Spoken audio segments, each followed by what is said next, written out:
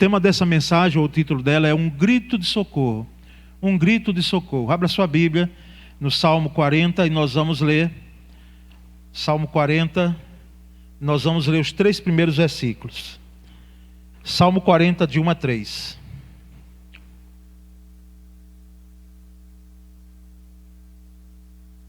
Salmo 40, de 1 a 3. Um grito de socorro.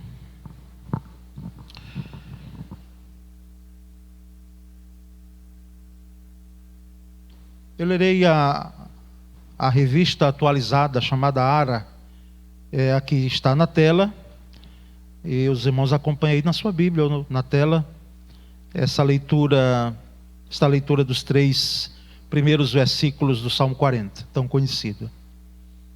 Esperei com paciência no Senhor, e Ele se inclinou para mim, e ouviu o meu clamor.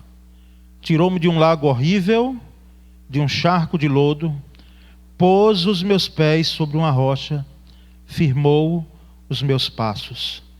E pôs um novo cântico na minha boca, um hino ao nosso Deus. Muitos o verão, e temerão, e confiarão no Senhor. Amém. Vamos orar um pouco mais. Senhor, me dê graça, por Tua misericórdia, Senhor. O Senhor sabe que eu me debrucei para aprender desse texto e fazer a exposição dele da melhor forma possível. Mas quem sou eu, Senhor, se as minhas palavras apenas saírem daqui, da minha boca, e elas não alcançarem o coração dos Teus servos, das pessoas que estão aqui, quem sabe de quem está nos acompanhando distante daqui pela transmissão desse culto. Por isso me dê misericórdia, Senhor, para que eu possa ser fiel à Escritura, e eu venha não falar de mim mesmo, mas falar de Ti, que és todo-poderoso. O Senhor que nos sustenta, o Senhor que está conosco, o Senhor que nos dá a graça de ter vitória, sim. E nós, pois, oramos em nome de Cristo Jesus. Amém. Meus irmãos, um grito de socorro. Diz que algumas palavras, e nós sabemos historicamente, elas passaram para a história, não é? Como gritos que marcaram a história. Dependência ou morte, lá dentro daquele contexto, onde o imperador, existe toda uma discussão histórica, mas o foco meu é no grito, que nós aprendemos, e historiadores dizem que ele deu um grito ali, independência ou morte, em 1822, quando ficamos independentes de Portugal. O ano 2000, uma professora inglesa, ela deu o maior grito que foi registrado até hoje, com 129 decibéis. Ou seja, algo que ficou registrado como o maior grito que alguém já deu. E se a gente fosse aqui colocar alguns personagens diante da história que gritaram. Júlio César, imperador romano, quando ele chegava e conquistava mais um território para o já gigante, grande Império Romano, ele tinha uma frase célebre, que ele também reiterava quando chegava em Roma diante do Senado: vi e venci. E ele dizia isso no território conquistado, em alto, gritando, né, em alto som, para que aqueles que sobraram, os que não foram mortos, aqueles que sobraram daquele povo conquistado, pudessem ter a certeza de que ele ali estava vindo para dominar com todo o Império Romano. E aí nós temos outros registros. E certamente eu e você, eu queria ver alguém aqui que é exceção. Eu e você, nós já gritamos em algum momento, uns mais, outros menos, mas nós já soltamos gritos, muitas vezes de forma sonora, alta e sonante, gritos mesmo, berros, diante de situações as mais diversas que foram necessárias para que fosse feito, e outros que não foram audíveis, mas você gritou na alma, você gritou internamente, você gritou lá dentro, e quem sabe hoje também grita. Em algum momento você grita, quem sabe hoje, nesse tempo, ainda nesse ano, você tem soltado gritos lá na alma. Por que eu estou falando sobre isso? Porque o salmista, ele lhe acompanhou, antes mesmo que você pudesse nascer, ele já soltava gritos de socorro, gritos de clamor. E nós vamos ver então nesse texto, nesses 3 versículos, alguns aspectos, como eu costumo chamar, algumas lições que nós precisamos trazer à tona para que nós possamos ter a visão de que quando gritamos, não apenas gritamos sem propósito algum, mas gritamos àquele que ouve, mesmo que você não grite, mesmo que você não diga uma palavra sequer, porque ele lhe conhece muito mais do que você mesmo. E ele sabe o que se passa na sua e na minha mente e em meu coração. Então nós vamos ver aqui posturas, condutas, ações que podem nos ajudar sim, para que o nosso grito de socorro não seja só um grito de desespero, mas seja também um grito onde haja uma resposta de Deus, uma ação de Deus na sua vida. Mas o primeiro ponto a ser destacado é a questão que o próprio versículo 1 diz. Ele diz: esperei com paciência ou pacientemente no Senhor. Em outras versões vem e diz: eu esperei confiantemente no Senhor. E esse aspecto de paciência é interessante, é importante, porque nenhum de nós aqui, eu já disse em outros momentos, reitero, nenhum de nós não gostamos de esperar nada. Ainda mais quando percebemos a celeridade da tecnologia, onde com um tocar de dedo a gente vai fazendo as coisas e que elas acontecem, onde falamos e as coisas elas acontecem, usando os recursos tecnológicos, como já falei em outro momento. Então nós não gostamos de esperar. Nunca o ser humano gostou de esperar. Há uma impaciência em nós, por mais que você seja a pessoa mais paciente que existe no mundo. Por quê? Porque muitas vezes nós percebemos que perdemos a paciência quando o contexto é desesperador, quando a situação é devastadora, quando não é um aparente caos, mas um verdadeiro caos ao redor de nós e quem sabe em nós, dentro de nós. Então, como desprezar a paciência? E a paciência não em vão, não a paciência enquanto temperamento, alguém que é paciente de forma temperamental, porque você é paciente, não. Aqui nós não estamos tratando de comportamento humano, aqui nós estamos tratando de confiança, de fé, de descanso, de busca, de espera. Então é esperar no Senhor que o salmista tem para nós essa dica, essa resposta, essa orientação, essa lição para nós.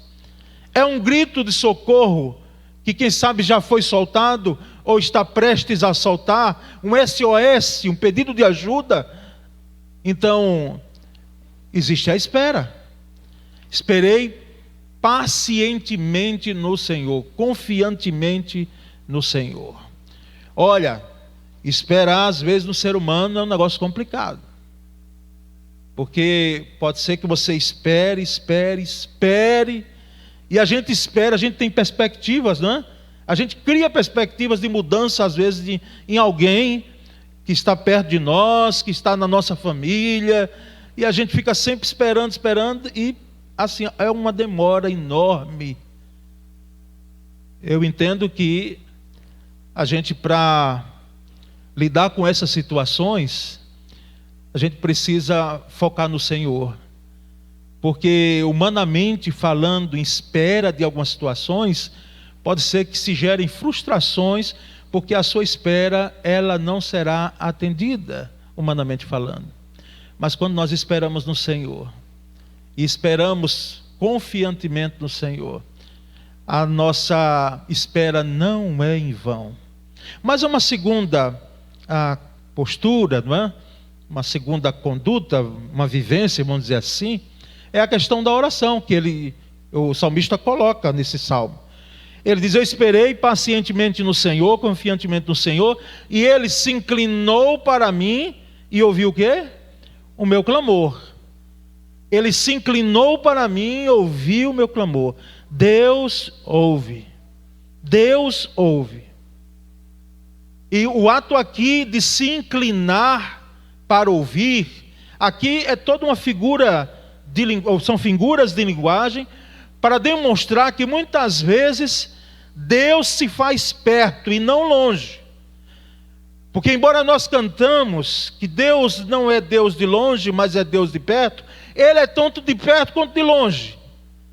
Porque Ele não tem problema algum em lidar, em ouvir tantos clamores que estão sendo feitos em toda a parte do planeta. Para Ele não é problema algum lidar com isso. Como também ouve o meu clamor aqui no menor estado da federação. Então, a oração, nós falamos um pouco quinta-feira no culto, não é? Sobre a oração, os aspectos fundamentais de uma oração cristã. Se você não pôde vir, vê depois no canal do YouTube, tá certo? Para você se edificar ali com aquela palavra. Mas nós sabemos, irmãos, que clamor, o sentido de clamor, a ideia bíblica e hebraica de clamor, vai muito mais do que um sentido de oração, como nós às vezes percebemos. Naquele entendimento de que nós fazemos orações, e sim, fazemos, e não quer dizer que elas não são colocadas diante de Deus, não. É importante você orar diariamente, quando acorda, quando deita, antes das refeições. Ainda está fazendo isso hoje? Porque eu não sei, na celeridade que a gente tem, você ainda está parando, né? Ainda para agradecer. Eu estava pregando há 2 anos atrás, ou 3 anos atrás, em Caruaru. Eu não vou citar o nome da igreja, né? Não há problema também, mas assim, contar a história sem contar os detalhes. E depois de um culto maravilhoso, não porque eu preguei, mas porque foi bênção, e eu também me empenhei como pregador, tá certo? E Deus fez com que a graça do Senhor ali, aquele domingo à noite, no final de semana, né? Na sexta, no sábado. E aí nós fomos, o pastor da igreja me apontou, disse: olha, vai ser o pagão de tudo hoje aqui. Aí me apontou lá para um irmão, não é? E o irmão pagou tudo mesmo, irmãos. Numa churrascaria, tinha as outras opções. E antes da gente fazer as refeições, antes de chegar o alimento e tudo, a filha de um pastor querido que estava conosco lá, que fazia parte da igreja, uma menina aqui. Aí a gente começou a comer. E ela olhou para a mãe, e eu não vi isso, mas Sônia, minha esposa, ouviu e depois me contou. Eu estava tão entertido ali. Ela disse: mãe, ninguém aqui orou antes de fazer a refeição. E aí a mãe disse: minha filha, cada um orou por si aqui na mente, né? Na mente, como a gente diz, né? Ela disse: mas eu não vi ninguém fechar os olhos. Você imagina, aquela menina, ela estava dizendo: ei, por que aqui a gente começou a fazer as refeições e ninguém agradeceu? Diante de tanta fartura aqui, não? E ninguém fechou os olhos, no hábito que nós temos, né? De fechar. Podemos até orar de olhos, fazer o clamor de olhos abertos, mas fechamos, não é em vão, é para que possamos, não é, ter ali aquele foco, né? E outra distração ao nosso redor, não sejamos tomados. Mas, irmãos, o fato é que nós temos aqui o salmista clamando, e ele disse: o Senhor se inclinou para mim, ou seja, ele chegou perto, ele se inclinou e ouviu o meu clamor. Eu penso, não está na Bíblia não, mas eu estou tirando por inferência, e não é heresia, em nome de Jesus, não vou pegar heresia. Aqui o salmista estava em tal aperto que ele não grita, ele clama baixinho, porque se gritasse não precisava se inclinar para ouvir.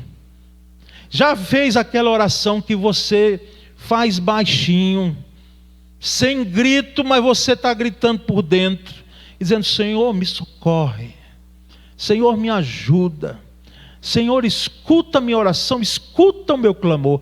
Aí ele vem e diz: ele se inclinou para mim e ouviu o meu clamor. Ou seja, o Senhor esteve perto, chegou perto, esteve junto, pertinho, para ouvir. Terceiro aspecto que nós temos nesse salmo: esperar com paciência no Senhor, porque Ele ouve a oração, Ele ouve o clamor e Ele traz livramento. Ele traz livramento. O versículo diz que Ele tirou-me de um lago horrível, de um charco de lodo. Aqui em outra versão que eu tenho, diz: tirou-me de um poço de perdição, de um atoleiro de lama. Livramento isso. Porque às vezes, quem sabe, a sua vida, as nossas vidas, elas estão num verdadeiro atoleiro. Alguns aqui se encontravam no verdadeiro charco de lama. E quem sabe, hoje, alguns que estão aqui, estão nesse poço de lama. Esse poço de lama é um poço, como diz as versões, é um poço de perdição. Não importa aqui a questão se você caminhou com seus próprios passos para lá, porque às vezes acontece isso, ou se você permitiu que alguém empurrasse e fosse levando e você permitiu. Quem sabe as más amizades, as más companhias, com quem você caminhou e que talvez não caminhe mais hoje, mas fez com que você chegasse a um charco de lodo, a um poço de perdição. E aqui o texto diz que Ele tirou-me desse lago horrível, de um charco de lodo. Deus faz isso. Ele tira, Ele arranca, Ele livra, Ele sustenta, Ele faz com que a gente possa sair dali daquela situação. Charles Spurgeon, chamado príncipe dos pregadores, não é? Onde eu tinha um professor de homilética no seminário, que ele dizia: a melhor matéria, viu? Que é a arte de pregar, que é mais do que arte, nós sabemos, né?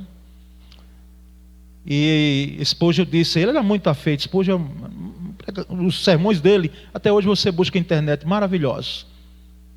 Grandes sermões sobre a graça de Deus, uma série, eu mesmo tenho uma série deles, é de a gente assim. Na época, inclusive, esses sermões eram vendidos, eles saíam do porto ali, da Inglaterra, não é? E ia de Londres e permeava o mundo, ali naqueles navios, e eram sermões vendidos, impressos e vendidos. Ele disse uma frase que é interessante, que se encaixa aqui, e com ela eu chamo a atenção sua e minha. Ele disse que as ovelhas podem cair até na lama. Elas podem cair na lama. Mas só os porcos, eles irão chafurdar da lama. O que isso pode dizer? Se você é discípulo de Cristo Jesus, se você é ovelha de Jesus, você pode cair na lama. Você pode cair num poço de perdição. Você pode cair, se já caiu e tem caído. Mas você não se alegra com a situação do poço de lama e de perdição. Você não sente prazer, alegria em estar ali. Não faz parte da sua natureza. Mas é da natureza de quem gosta da lama permanecer ali, ficar ali. É uma questão, no caso do exemplo do Spurgeon, um caso distinto, né? Mas trazendo para nós, não nos pertence, não faz parte de nós, nós podemos ter prazer quando estamos na lama, a não ser um prazer temporário, fictício, que existe, mas é efêmero, é passageiro. Quem sabe não, certamente dura alguns momentos. Então, o livramento tirou-me de um lago horrível, de um charco de lodo. Quarto, firmeza. Esses 3 versículos trazem para nós firmeza. Deus faz com que a minha vida e a sua vida fiquem firmes quando Ele traz livramento. Pôs os meus pés sobre uma rocha. Ele tirou-me de um lago horrível, ouviu o meu clamor e colocou os meus pés sobre uma rocha, um lugar seguro. Inclusive, alguns comentaristas bíblicos chegam a dizer que essa rocha não é outra rocha, não é uma rocha física, a rocha é Ele mesmo, que é o nosso rochedo inabalável. Então, Deus faz com que a nossa vida esteja firme numa rocha. Numa rocha. Meus irmãos, firmeza na rocha, que é Cristo, nós precisamos ter sempre. Porque esses nossos pés, muitas vezes, inquietos, eles querem se enveredar e sair da rocha e se enveredarem por outros caminhos. Mas quando estamos na rocha que é firme, oh, que maravilha! Mesmo que venham situações as mais adversas, os ventos fortes batam contra a rocha, a proximidade do mar com as suas ondas bravias, quem sabe solapem até a rocha que nós estamos, e nos causa até medo, porque nós não somos super crentes, já viu? Esse negócio de a gente ser assim, super tudo, como se a nossa vida não ficasse abalada. Ficamos sim, e ficamos receosos muitas vezes. Nós não somos diferentes dos personagens bíblicos. E nós percebemos, irmãos, que nada disso que intenta contra a rocha que nós estamos pode nos tirar dali, fazer com que nós sejamos arrancados dali, porque quando Deus coloca no lugar, só Ele pode tirar.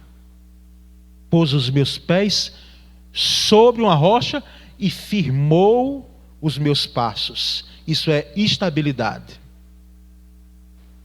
O salmista disse que ele firmou os passos, é um outro aspecto. Trouxe estabilidade à minha vida, trouxe estabilidade aos meus pés, a minha vida, a minha fé. O Salmo 62 é muito interessante. O salmista ele diz que o Senhor é a rocha em quem ele confia e ele não será abalado. Aí depois em outro versículo lá, ele vai um pouco mais abaixo, ele diz: eu não serei grandemente abalado. Eu acho interessante que ele reconhece que abalos nós podemos ter, e quem não os tem. Mas quando somos firmados na rocha pelo Senhor, nós temos estabilidade de fé. A nossa fé ela não está à deriva, ao sabor das circunstâncias. Quando tudo está bem, oh, glória a Deus, louvado seja Deus e tal. Pense num crente espiritual, pense num pastor que fica empolgado. Mas e quando as situações foram adversas? Estabilidade, o próprio termo já diz, e nós entendemos muito bem na língua portuguesa. Nós estamos ali, não segundo as circunstâncias, ao sabor dos ventos e dos mares e das situações, não. Deus firma os nossos passos, e isso é estabilidade que Ele traz. Vamos adiante. O texto diz que Ele firmou os passos, e o versículo 3: e me pôs nos lábios um cântico novo, um novo cântico na minha boca, um hino ao nosso Deus. Veja que coisa abençoadora, quanto um processo na realidade. Eu estou diante de uma situação onde eu confio no Senhor pacientemente. Ele vem, se inclina para mim, ouve o meu clamor, a minha oração, Ele me tira de um lago de lama, um charco de lodo, onde eu me encontro. Por isso que não é em vão a minha oração, não é em vão o meu clamor. Faz com que os meus pés estejam sobre a rocha, firmes, e me dá estabilidade. E ensina, em outras versões diz, Ele me ensina, Ele põe em minha boca, Ele põe nos meus lábios um novo cântico. Um cântico de louvor ao nosso Deus. Louvor. O salmista aqui traz o aspecto do louvor. Irmãos, nós sabemos que louvamos a Deus não apenas com música, não é? Nós louvamos com outras ações. Podemos louvar a Deus com... A oração pode ser de louvor. Louvamos a Deus quando agimos, quando fazemos uma ação social. Louvamos a Deus. Nós estamos servindo ao Senhor. Isso é louvor, isso é adoração, é serviço prestado ao Senhor. Mas, irmãos, eu entendo que a forma mais sui generis, vamos dizer assim, maravilhosa, singular, e quantos outros adjetivos surgirem, de louvor, irmãos, é o canto. E bem disse o pastor Cláudio aqui, quando Deus coloca um cântico novo em nossa boca, não importa se você é desafinado, se tem a voz bonita, a voz de um Pavarotti ou de outro cantor que você possa aí ter a ideia de que canta muito bem, não é? Não, é a voz do coração, é a voz da gratidão, é a voz que brota de uma nova realidade, de um novo contexto, de uma nova situação, depois de um grande livramento. Então brota o quê? Brota o louvor.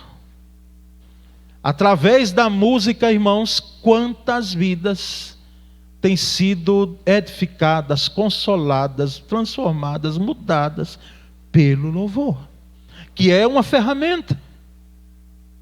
As instituições até hoje, elas usam da música, do canto, para afirmarem e reafirmarem os seus princípios, as suas crenças. Então eu preciso dizer nessa noite, nesse momento, a mim e a você, de que nós temos vários motivos de louvar ao Senhor, de engrandecer ao Senhor, porque Ele tem ouvido o nosso clamor e fez grande livramento em nossa vida. Um cântico novo ao Senhor, ou seja, o cântico diante de um novo contexto, como eu disse, de uma nova realidade. E, irmãos, quando louvamos a Deus, não no automático, me permita, mas quando louvamos a Deus de todo o nosso coração, quando refletimos em cada palavra que sai da nossa boca, quando exaltamos ao Senhor com cântico que Ele nos concedeu, Ele nos deu, Ele nos ensinou. Irmãos, que maravilha, que bênção é. Dentre as ferramentas do aconselhamento pastoral, uma delas é a música. Não em todas as situações, mas quando alguns nos procuram, eu particularmente recomendo. Meu irmão, escutem músicas que tragam um teor de bênção para a sua vida. Escute louvores e cante louvores, não apenas escute. Para que você, através do seu canto, do seu louvor, você possa afirmar o que você crê, reafirmar o que você crê. E eu fico imaginando, me permita, não quero espiritualizar demais, mas o quanto o inimigo de nossas almas, que é Satanás, o diabo, que existe, viu? Existe. Ele fica tão zangado quando diante de situações ou de bênção, de vitória, de luta, de monte, de vale, de deserto, de escassez, de vitória, enfim, não importa. Quando nós louvamos ao Senhor, porque o desejo do diabo sempre foi o de ter adoração para si.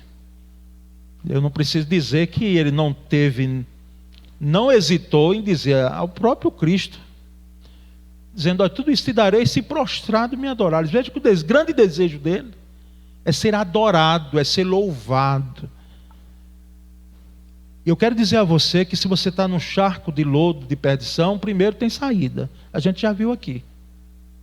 E segundo, ao sair, Deus vai colocar em você, na sua boca, nos seus lábios, um cântico novo. Cântico de vitória. Então cante. Exalte ao Senhor.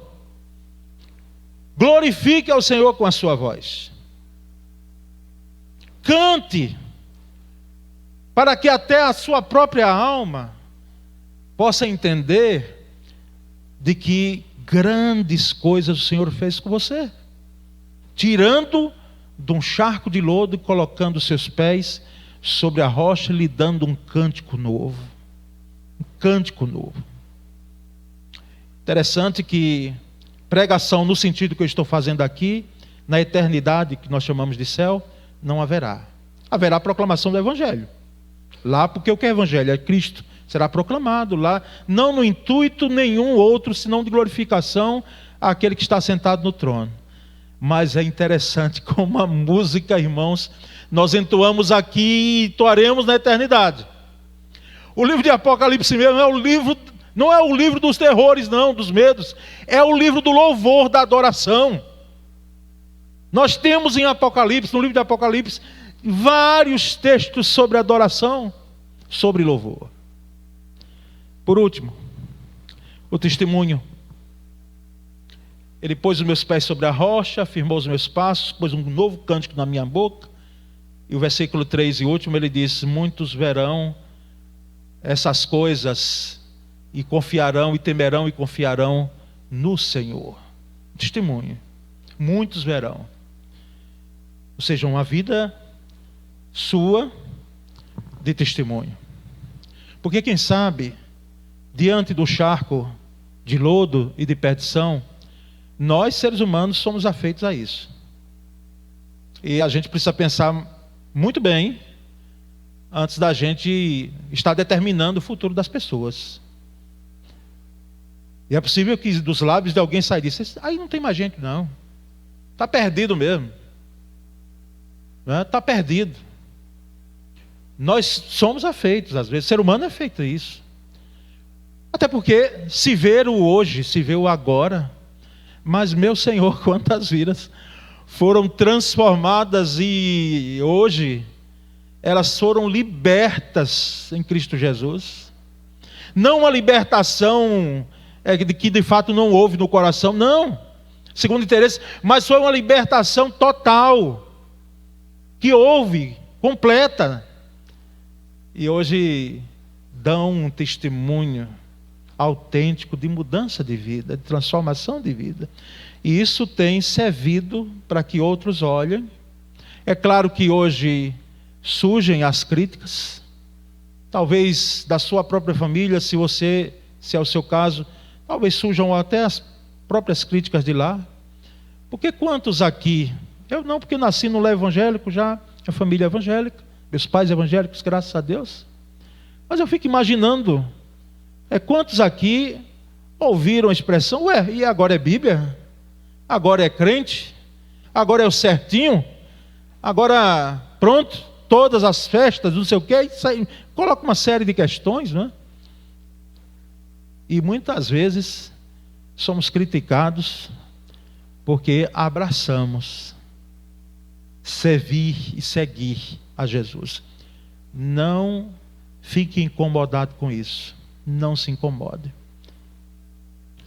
Porque esses mesmos que muitas vezes criticam, em algum momento, isso é realidade, em algum momento, eles olharão para você e vão dizer: de fato, esse aqui é de Cristo, esse é um cristão, esse é crente, esse aqui é crente, esse é um verdadeiro crente. E vão buscar a sua ajuda em algum momento, a sua palavra de orientação em algum momento. Então não se importune com essa questão. Mas uma vida de testemunho, irmãos, é uma vida que é abençoada e abençoadora. Porque através da vida, do testemunho do que Deus fez em sua vida, na vida de sua família, você prega e prega muitas vezes melhor do que eu. Porque essa pregação minha aqui, ela é no intuito de que a gente saia daqui, nós saiamos daqui amanhã e tenhamos uma semana de testemunho onde nós estivermos. E assim, presta atenção, veja bem, que diz que crente é muito grudento, se ainda é hoje. Porque a gente hoje tem dificuldade às vezes de criar um relacionamento, as amizades cada vez mais, não sei se elas estão sendo feitas assim e aprofundadas, mas não é preciso. Se está usando a camisa, não tem problema, mas não é preciso você botar um slogan na sua testa e na sua fronte de que você é de Cristo, de que você é de Jesus e tudo. Arrependei-vos, use, não há problema, desde que você entenda que a sua vida, a sua conduta, o seu testemunho, o que Deus fez por você, isso aí é que falarão alto para aqueles que verão, temerão e confiarão no Senhor. Uma vida de testemunho, irmãos. Uma vida que propaga o Evangelho e pode estar onde for. Nós temos exemplos aqui de irmãos, alguns já foram, já partiram para estar com Cristo, outros ficaram, outros estão aqui, que no hospital foi uma porta aberta, não é, pastor Manassés? Para proclamar o Evangelho de Cristo. Eu lembro como hoje, aquela tarde lá, lhe visitando, você dizendo, ó, aqui já falei do Evangelho para um, para outro ali.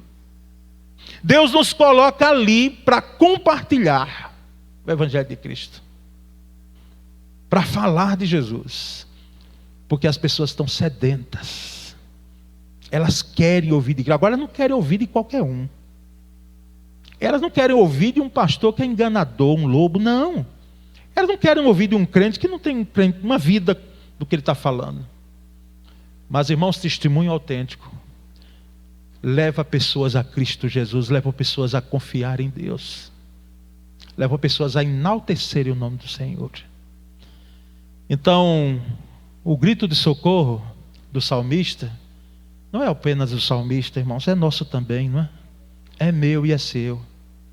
É meu e é seu. Esperei com paciência no Senhor, Ele se inclinou para mim e ouviu o meu clamor quando clamei por socorro. Tirou-me de um lado de perdição, um charco de lodo, pôs os meus pés sobre a rocha, firmou os meus passos. E pôs em meus lábios um novo cântico, um hino de louvor ao nosso Deus. Muitos verão e confiarão no Senhor. Deus faz livramentos em nossa vida, atenda o nosso clamor, firma os nossos pés sobre a rocha, coloca em nós um novo cântico, para que nós possamos testemunhar de Jesus e não guardarmos para nós mesmos.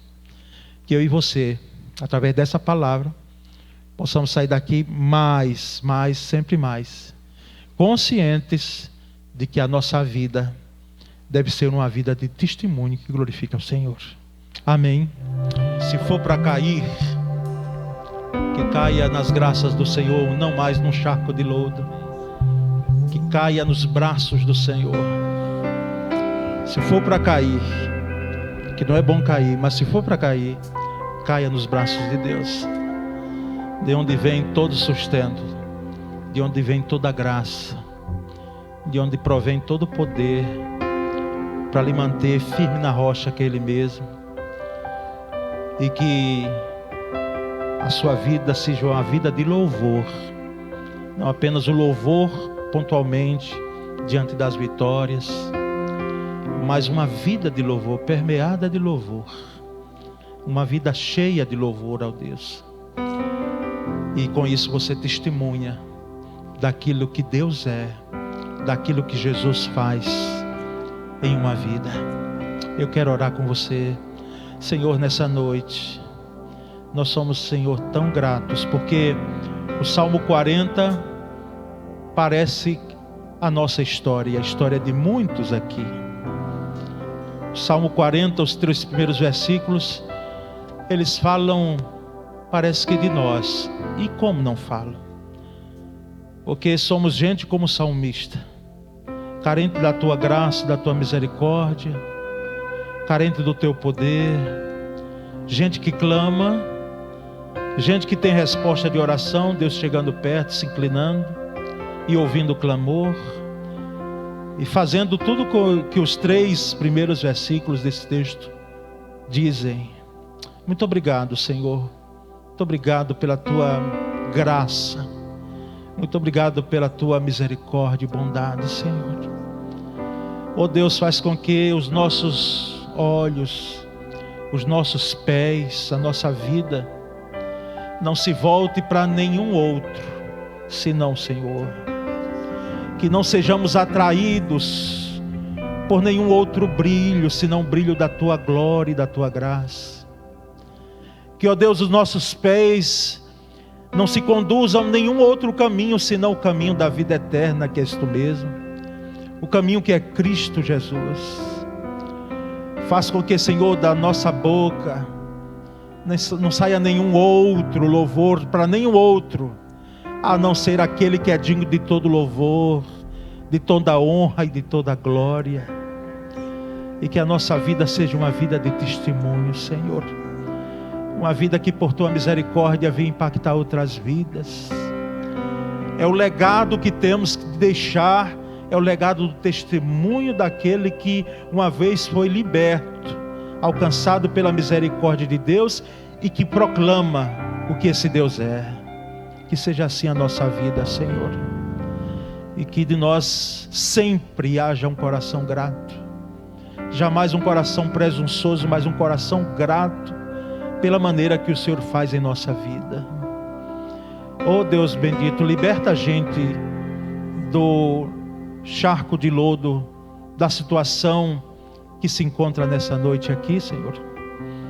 Segura na mão, levanta e coloca sobre uma rocha. Traz grande livramento, Senhor. Opera, Senhor, por tua misericórdia e graça.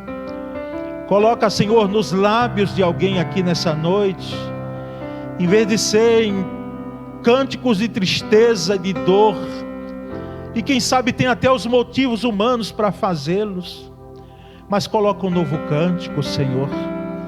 Coloca um novo cântico, que sejam cânticos de vitória, cânticos de livramento, cânticos de exaltação ao Senhor.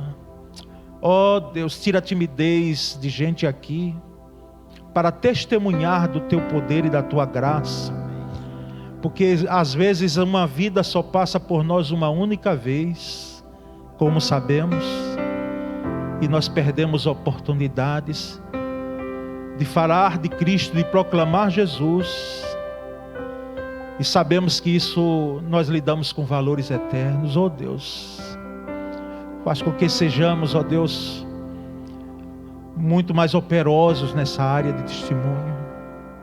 Ó Deus, ajuda-nos, Senhor. Essa é a nossa oração, nós fazemos em nome de Jesus. Amém.